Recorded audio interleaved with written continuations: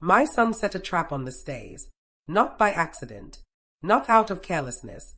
He did it on purpose, believing I would fall, and that the fall would finish what silence had already started. Before I go any further, I want to pause for just a moment. Before I begin, tell me in the comments where in the world you're watching from and what time it is for you right now. And if stories like this stay with you, please like and subscribe. It really helps me continue sharing the truths I've carried for years. Now let me tell you how a mother ends up realizing her own child wants her hurt. It happened on a quiet Tuesday morning, the kind of morning that feels harmless enough to let your guard down. The house was still, the air heavy with that dull silence that settles after years of living alone with someone you love but no longer understand. I was standing at the top of the staircase in my home in Ohio, one hand resting on the banister, listening to the sound of a man hammering below me. His name was Carl. He was the carpenter I'd hired to fix a loose step I'd mentioned casually to my son a few days earlier. I hadn't thought much of it at the time. Old houses creak. Steps loosen. That's life. Still, something in me had insisted I get it checked. I'd learned to listen to that quiet voice, the one that spoke only when it was sure. Carl had been working for about 20 minutes when the hammering stopped. The silence that followed wasn't peaceful. It was sharp, alert. Then he called my name. He said, his voice thinner than before. Could you come down here a second? I remember starting to move without thinking. Habit does that. Mothers respond. But after one step, I noticed something small. Almost nothing. The banister felt wrong. Not loose, not broken, just slightly shifted, like it had been handled recently. Carl was standing at the bottom of the stairs when I finally reached him. His face had lost its color. Not pale like someone tired, but pale like someone who'd just seen something they weren't supposed to. He didn't look at me right away. He looked at the steps. Who else lives here? He asked. My son, I said. Ethan. He's 22. Carl swallowed. Then he bent down and tapped the third step from the top. These were cut, he said quietly. Not worn down. Not rutted. Cut. I laughed. I actually laughed. Because when someone tells you something that threatens the foundation of your life, your mind rejects it like a bad organ. That's not possible, I said. This is my house. Carl stood up slowly. Someone wanted these steps to give way when weight hit them just right, he said. Someone wanted a fall. The words didn't land all at once. They scattered, floated, waited. Then my phone vibrated in my pocket. I pulled it out without thinking. A text message from Ethan. Mom, come downstairs now. My breath caught. Carl saw my face change and stepped back instinctively, like he just crossed into something dangerous. In that moment, standing between the stairs and the man who'd just warned me, something inside me finally aligned. Months of tension. The silence at dinner. The way Ethan avoided my eyes. The way he'd started watching me instead of talking to me. I asked Carl to step outside. I told him I needed a minute. My voice sounded calm, even to me. Years of motherhood will teach you how to hide a storm behind a steady tone. As the front door closed behind him, I stood alone in my house and read the text again. Come downstairs now. Not are you okay? Not don't move. Just now. That's when I realized something terrifying. If I had come down those stairs when he wanted me to, I wouldn't be telling this story. I didn't scream. I didn't cry. I didn't call the police. I did something else entirely. And what I decided in that quiet moment would change everything between me and my son forever.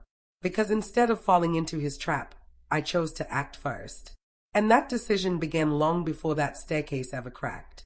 Before everything broke, our life looked ordinary enough from the outside. That's what still unsettles me the most. Nothing about our house, our routine, or our history would have warned a neighbor that something dark was quietly taking shape inside those walls. We were just a mother and her adult son, living together a little longer than either of us had planned, sharing space, meals, and long stretches of silence that felt normal until they didn't. I moved into that house 12 years earlier, right after my divorce. It was a modest two-story place in a quiet Ohio neighborhood, nothing fancy, but it felt like a fresh start. I raised Ethan there, watched him learn to ride a bike on the cracked driveway, helped him through late-night science projects and heartbreaks he pretended didn't matter. When his father left the state, it was just the two of us, and for a long time, that felt like enough. Ethan had always been a quiet kid, thoughtful, observant. He wasn't the type to talk back or slam doors. If he was upset, he withdrew. If he was hurt, he buried it. I used to think that meant he was mature for his age. Now I know it meant he was collecting things he didn't know how to release. After high school, Ethan said he wanted to take a year off before college. 1 year turned into 2, then into a part-time job that barely covered his own expenses. I didn't push him the way some parents would have. I told myself I was giving him space, that he'd find his footing when he was ready. I'd already failed at one marriage. I didn't want to fail at motherhood by being too hard. Our days fell into a predictable rhythm. I worked full-time at a small insurance office. He slept late, worked evenings at a warehouse, and spent most nights in his room. We passed each other like polite roommates, shared groceries, shared a roof, rarely shared conversations longer than a few sentences. At first, I blamed myself for the distance. I told myself I was working too much, that I was tired, that this was just what happened when children grew up and stopped needing you. But slowly, there were moments that didn't fit that explanation. Ethan stopped asking where I was going, stopped telling me about his day. When I spoke, he listened without reacting, like he was studying something instead of engaging with it. Sometimes I'd catch him watching me from the hallway, his expression unreadable, before he'd turn away without a word. I remember one night in particular. I was washing dishes, and I dropped a glass. It shattered loudly on the kitchen floor. I froze for a second, startled. Ethan appeared in the doorway almost instantly. "You okay?" he asked. I nodded. "Just clumsy."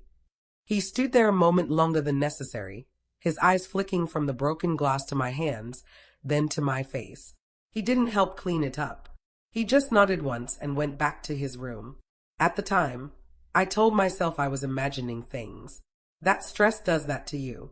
That living with someone you love can still feel lonely sometimes. But loneliness doesn't explain the way my chest tightened in moments like that, or why I started locking my bedroom door at night without knowing exactly why. Still, there were good moments. We ate dinner together once or twice a week, watched old movies on Sundays. On the surface, we were fine. And that's what made the shift so subtle. The first real warning sign came weeks before the staircase incident, though I didn't recognize it then. Ethan started asking questions that felt misplaced. "How sturdy are the stays?" he asked one evening, out of nowhere. "Sturdy enough," I said, half smiling. "Why?" He shrugged. "Just curious." Another time, he mentioned how many accidents happen in the home.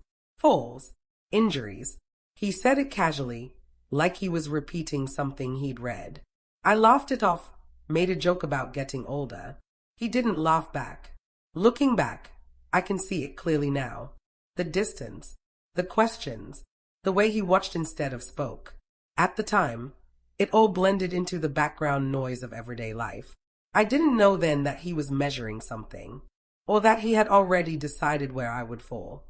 I only knew that something between us had shifted, quietly and completely, and that whatever it wasn't going to stay hidden for long. The first real doubt didn't arrive as fear. It came as confusion, which is far more dangerous because confusion makes you second-guess your instincts. It makes you smooth over sharp edges instead of examining them. And that's exactly what I did at first. It started with the stays themselves. I noticed the creak before I noticed anything else. The third step from the top began to sound different, sharper somehow, like the wood was protesting instead of aging. I mentioned it to Ethan one evening while we were eating dinner, more as an observation than a consign. "Stairs are getting noisy," I said lightly. "Guess the house is reminding me how old it is." Ethan paused mid-bite, just for a second, but I saw it. "Which step?" he asked. "The third one," I said. "Why?" He shrugged again, that familiar gesture that had become his default. "No reason." That should have been the moment I paid attention. Instead, I laughed and changed the subject. Mothers are experts at denial when the alternative threatens everything they believe about their children. A few days later, I noticed something else. The hallway light near the stairs was on when I knew I'd turned it off before bed. I told myself I must have forgotten. The next morning, the banister felt slightly looser under my hand. Not enough to alarm me, just enough to register. When I mentioned it to Ethan, he said he hadn't noticed anything unusual. "You worry too much," he added, almost gently. That phrase stayed with me, not because it was unkind, but because it felt rehearsed. The real inciting moment, the one that shifted me from vague unease to something sharper, happened late one evening after Ethan had gone to work. I was folding laundry in the living room when I heard a faint sound near the stairs. A soft scrape, then nothing. I stood still, holding one of Ethan's hoodies in my hands, and listened. The house was quiet. I walked to the bottom of the staircase and looked up. Everything looked the same, but something told me to climb slowly. I placed my foot on each step carefully, testing the weight. When I reached the third step, it dipped slightly under my foot before settling back into place. My heart sped up. I stepped back down and crouched, running my fingers along the edge of the step. The wood felt rougher than it should have. Fresh, almost, like it had been recently worked on. That's when I made my first mistake. I didn't confront Ethan. I didn't call anyone. I didn't investigate further. I told myself there had to be an innocent explanation. Maybe humidity. Maybe old nails loosening. Maybe the house was just settling. But once a doubt takes root, it doesn't stay quiet. Over the next few days, I became hyper-aware of my surroundings. I noticed how Ethan's schedule changed. How he seemed to know where I was in the house without asking. How he'd appear at the bottom of the stairs just as I started to descend, then step aside silently. One morning, as I was heading out for work, he said, "Be careful on the stairs." It sounded normal, concerned, even, but he didn't look at me when he said it. That night, I couldn't sleep. I lay in bed staring at the ceiling, replaying every odd moment, every question he'd asked, every look I'd dismissed. I told myself I was being paranoid, that stress was getting to me, that the mind can create monsters where none exist. Still, the next day, I did something small but deliberate. I avoided the stairs whenever Ethan was home. I used the handrail. I moved slowly. I watched, and Ethan noticed. He didn't say anything, but I saw the change in his posture, the tightening of his jaw, the way his eyes followed me a little too closely. The final moment of this phase, the one that confirmed my doubt was real, came in the form of a text message I received while I was at work. "Did you go upstairs today?" No greeting, no context, just the question. My hand shook as I typed back, "Why?" Several minutes passed before he replied. "Just wondering." That was it. No explanation. I sat at my desk, staring at my phone, and felt something cold settle in my stomach. Not fear yet. Something heavier. The understanding that I was no longer just noticing strange things. I was being watched, measured, and possibly waited on. I didn't know what Ethan was planning. I didn't know how far he was willing to go. But I knew one thing with absolute clarity. Whatever was happening in my house wasn't an accident. And if I didn't act carefully, I wouldn't get a second chance to understand it. Once suspicion takes hold, it changes the way you see everything. The house I had lived in for years stopped feeling familiar. The walls felt closer. The silence felt deliberate. Every sound carried intention, and every quiet moment felt like it was waiting for something to happen. I didn't sleep much after that text message. Instead, I listened. I stayed awake long after Ethan came home from work, tracking his movements by sound alone. His footsteps, the pause outside my door, the soft click of his bedroom closing. Each noise landed in my chest like a warning. The next morning, after he left the house, I did something I had never imagined doing. I searched his room. I told myself I was just looking for reassurance, something to prove my fear was unfounded. Mothers don't want evidence of betrayal. They want relief. But what I found didn't give me that. At first, everything looked normal. His bed unmade, clothes scattered, a stack of unopened mail on his desk. Then I noticed the toolbox under his bed. Not unusual by itself. He'd always liked fixing things, but when I pulled it out, it felt heavier than it should have. Inside were tools I didn't recognize as his. A small handsaw, freshly sharpened, wood shavings clinging to the blade. My hands went numb. I sat on the edge of his bed, staring at that saw, my mind refusing to connect it to anything real. Then I remembered the rough edge of the stair, the fresh scrape, the dip beneath my foot. I put the saw back exactly where I found it and left the room. My legs felt weak, like they belonged to someone else. Still, a part of me clung to denial. Tools don't equal intent. Coincidences happen. I needed something clearer, something undeniable. That's when I checked the garage. Behind a stack of old boxes, I found a piece of wood leaning against the wall. It was broken unevenly, the grain splintered where it had been cut and then snapped. I recognized it instantly. It matched the width and shape of the missing support beneath the third step. I didn't cry. I didn't scream. I sank down onto the cold concrete floor and pressed my hand against my mouth to keep myself silent. Because in that moment, the truth stopped being abstract. It became physical, measured, planned. My son had removed part of the structure holding that step in place, not to repair it, not by mistake, but to weaken it just enough, enough to fall, enough to break something, enough to make it look like an accident. The realization didn't hit all at once. It came in waves, each one heavier than the last. I thought of every meal I'd cooked him, every bill I'd paid when he couldn't, every time I defended him to friends who said he should move out, grow up, stand on his own. I thought of the nights I stayed awake worrying about his future, never imagining I should have been worrying about my own safety. The lowest moment came when I remembered something I'd almost forgotten. A conversation from weeks earlier. We'd been arguing about money, about his lack of direction, about how long he planned to stay. I told him he needed to start thinking about independence. He'd gone quiet, his face unreadable. Then he said, "You'd be better off without worrying about me." At the time, I thought it was guilt.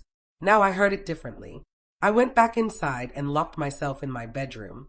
I slid down against the door and let the weight of it crush me. Not just the fear, the grief, the kind that comes when you realize the person you love isn't who you believed them to be. I felt foolish, naive, ashamed. How does a mother admit she raised someone capable of this? How do you reconcile love with danger when they share the same face? By the time Ethan came home that evening, I was sitting at the kitchen table, hands folded, heart steady in a way that frightened me. I watched him move through the room like nothing had changed. He didn't look at the stays. He didn't look at me. He smiled. That smile broke something in me completely, because it told me he thought the plan was still working, that he believed time was on his side. That night, as I lay awake listening to him move around upstairs, I reached the lowest point of my life, not because I felt helpless, but because I understood the truth fully and completely. My son wasn't just capable of hurting me. He was waiting for the right moment to do it. And if I stayed frozen in grief, I wouldn't survive long enough to stop him. Something strange happens once fear burns itself out. What's left behind isn't panic, it's clarity. That's where I found myself after that night on the kitchen floor, staring at the realization I could no longer escape. I stopped asking why. I stopped replaying memories, searching for the moment I should have done something differently. None of that mattered anymore. What mattered was this. I knew what he was doing, and he didn't know that I knew. That was the only advantage I had. The next morning, I woke up before Ethan. I moved through the house quietly, deliberately, like I was learning it for the first time. I tested each step again, carefully, feeling the weakness beneath my foot. The third step dipped just enough to confirm everything. It would hold until it didn't. I went to work as usual, smiled at my coworkers, answered emails, played my role so well that even I almost believed it. Inside, though, I was planning, not revenge in the dramatic sense, survival. I knew I couldn't confront him directly. Confrontation would only push him to act faster, or worse, make him more careful. I needed him comfortable, confident. I needed him to believe I was still oblivious, So I did the hardest thing a mother can do. I acted normal. I made dinner that night. Asked him about work. Laughed at a joke he barely finished telling. I even mentioned the stays casually. They're getting worse, I said. I might call someone to take a look. Ethan's fork paused midair. Probably nothing, he said quickly. Old houses do that. I nodded. You're right. Inside, something settled. He was nervous. That meant time mattered. Over the next 2 days, I prepared quietly. I moved important documents into a folder and left it in my car. I changed the password on my phone. I texted a friend a vague message, asking her to check in if she didn't hear from me by a certain time. I didn't tell her why. I wasn't ready to say the words out loud. I also did something else. Something subtle. I let Ethan think his plan was working. I became careless around the stays. I stopped holding the banister. I moved faster, distracted, like someone who trusted the ground beneath her feet. I saw him watching me, his jaw tightening, his eyes tracking my steps. Then, I gave him what he wanted. I told him I was tired. I might take tomorrow off, I said one evening. Just rest. His face changed before he could stop it. Not relief. Anticipation. That's when I knew the moment was close. That night, I lay awake and thought about what it means to choose yourself over the version of love you've been clinging to. I thought about how society tells mothers to sacrifice endlessly, even when the cost is their own safety. I grieved the son I thought I had, and I let go of the idea that love alone could fix what had gone wrong. By morning, I was calm. I called a carpenter. Carl. I didn't tell Ethan. I framed it as a surprise repair. I knew Ethan would be at home that morning. I wanted him there. I wanted him to hear the words spoken out loud by someone else. And when Carl found what I already knew he would, I didn't react the way Ethan expected. I didn't fall. I didn't panic. I didn't accuse. I stepped back. I watched my son's reflection in the hallway mirror as Carl explained the damage. I saw the color drain from his face. I saw the calculation in his eyes as he realized something had gone wrong. The trap hadn't snapped shut the way he planned. It had stalled. And in that pause, between intention and consequence, I finally understood my role in what came next. I wasn't going to run. I wasn't going to beg. I was going to make sure the truth came out in a way he couldn't escape. Because if he believed he was clever enough to plan my fall, he had no idea how much control a mother can reclaim once she stops being afraid. And the next step I took was going to force him into the light. Everything moved faster once the truth was spoken out loud. Carl stood at the bottom of the stairs, explaining what he'd found in plain, professional terms. Cut support. Intentional damage. A failure that would have happened under the right weight, at the wrong angle. His voice was steady, but the words themselves were sharp, slicing through the room. I didn't look at Ethan at first. I kept my eyes on the stays, listening as if this were news to me. I wanted him to feel the second stretch. I wanted him to wonder how much I knew, how long I'd known it. Then Carl said the sentence that changed everything. This wasn't an accident, he said. Someone here did this. The room went silent. I turned slowly and looked at my son. Ethan was standing near the hallway, one hand braced against the wall. His face had gone pale, but his eyes were wide and alert, darting between Carl and me like he was calculating exits. For a split second, I saw fear there. Real fear. And instead of satisfaction, it gave me a strange kind of peace. Because fear meant awareness. And awareness meant he understood the situation had shifted. I spoke calmly. Too calmly. Ethan, I said, did you know about this? He shook his head immediately. Too fast. No. Why would I? Carl glanced between us, uncomfortable now, sensing he'd stepped into something far bigger than a repair job. I took a step forward. Because I found the wood in the garage, I said, and the saw under your bed. That's when Ethan broke. Not in the way movies show. No shouting. No dramatic confession. His shoulders slumped just slightly, and his eyes dropped to the floor. It was the body language of someone who knew denial wouldn't work anymore. I didn't mean for it to go that far, he said quietly. The words hit harder than any scream could have.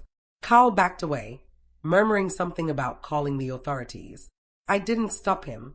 I didn't need to. The damage was already done. I asked Ethan to sit down. He did. I stood there, looking at the person I had raised, the person who had once needed me for everything, and felt something clean and final settle in my chest. Not hatred, not even anger. Resolution. Why? I asked. He hesitated. Then he said it. You were always in control, he said. Of everything. My life. The house. The money. I couldn't breathe. I let him finish. I didn't interrupt. I wanted every word documented, heard, undeniable. You talked about me like I was stuck, he continued. Like I was a burden. I thought, if you fell, things would change. The police arrived shortly after. Statements were taken. The stays were photographed. The saw was bagged. Ethan didn't resist. He didn't look at me when they put him in the car. I watched from the doorway as they drove away. The climax of the story didn't come with shouting or violence. It came with silence, with the knowledge that I had chosen myself, even when it meant losing my son. As the house emptied, Carl stood awkwardly near the door. You did the right thing, he said softly. I nodded, because for the first time in months, I wasn't wondering what might happen next. I already knew, and whatever came after this moment, I would still be standing. The house felt hollow after they took Ethan away. Not empty, hollow, like something essential had been removed, leaving behind an echo that didn't know where to settle. I closed the front door and leaned against it, letting the quiet wash over me. No footsteps upstairs, no door closing, no presence hovering just out of sight. For the first time in years, the silence didn't feel threatening. It felt earned. I didn't cry right away. I walked through the house slowly, room by room, as if I was seeing it for the first time. The stays were blocked off with tape, a reminder of how close everything had come to ending there. I avoided looking at them for long, not because I was afraid, but because I didn't need to punish myself by replaying what could have been. That night, I slept in my bedroom with the door unlocked. It startled me when I realized it in the morning. The next few weeks passed in a blur of practical things. Police interviews, follow-up calls, legal paperwork I never imagined would include my own child's name. Friends reached out after hearing fragments of the story. I didn't tell them everything. I couldn't. Some truths are too heavy to pass around casually. What surprised me most was how calm I felt. Grief came, but it came quietly. Not in waves, but in moments. When I folded laundry and found one of Ethan's shirts. When I heard a sound upstairs and remembered no one was there. When I cooked too much food out of habit. I missed him. That truth didn't cancel out the other one. You can miss someone and still know you were right to let them go. The stays were repaired within days. Carl replaced the damaged supports, reinforcing them more than necessary. When he finished, he stood there a long time, testing each step, making sure nothing could give way again. They are solid now, he said. I thanked him, but what I really meant was something else. I began to reclaim small parts of my life. I rearranged furniture. I painted the hallway a lighter color. I started taking walks in the evening, something I'd stopped doing without ever admitting why. I breathed differently, deeper. Ethan called once, from a number I didn't recognize. I let it go to voicemail, not because I didn't care, because I cared enough not to reopen something I wasn't ready to carry. I don't know what the future holds for him. I don't know what version of accountability he'll grow into, or whether he'll ever fully understand what he tried to take from me. Those answers aren't mine to chase anymore. What I do know is this. I survived something that could have ended quietly, disguised as an accident, buried under sympathy and unanswered questions. Instead, the truth came out. Clean, unavoidable. And I chose to live with that truth rather than die under a lie. Some nights, I sit at the top of the stairs and look down. Not with fear, but with perspective. I think about how close danger can live to love. How easy it is to excuse warning signs when they wear familiar faces. I don't blame myself the way I used to. I didn't fail as a mother because I protected myself. I honored the part of me that still wanted to live.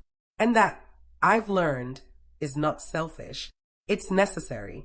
Because healing doesn't come from pretending something never happened. It comes from standing in the aftermath, breathing, and choosing what comes next. Time has a way of softening the sharpest edges, but it doesn't erase the shape of what happened. It just makes it easier to hold. Months have passed since that morning on the stays, and life has found a quieter rhythm. Not the same rhythm as before, something slower, steadier, more intentional. I still live in the same house. People often ask why I didn't move. They assume the walls must be haunted by memory, that the stays must feel like a threat. But the truth is, reclaiming that space was part of my healing. I refused to let fear be the final thing that defined it. The stays don't creak anymore. They are solid beneath my feet, every step reinforced. Sometimes, when I walk down them, I think about how easily things could have gone another way. How close I came to trusting without question. How quickly a life can hinge on a single moment of awareness. I've learned something important through all of this. Love does not mean blindness, and being a mother does not mean surrendering your instincts. We are taught to ignore that inner voice, especially when it speaks against someone we love. But that voice exists for a reason. Listening to it saved my life. I don't tell this story to paint myself as brave or clever. I tell it because silence protects the wrong things. Because danger doesn't always arrive loudly. Sometimes it lives in familiar rooms, speaks in familiar voices, and waits for you to look away. If you're listening to this and something in your life feels off, pay attention. You don't need proof to take yourself seriously. You don't need permission to protect yourself. And you don't owe access to anyone who puts your safety at risk, no matter who they are. Did you like my story? Please like and subscribe and tell me in the comments where you're listening from. I want to know how far this story of mine travels. The hardest lesson I learned is also the simplest one. Trust yourself, even when the truth hurts.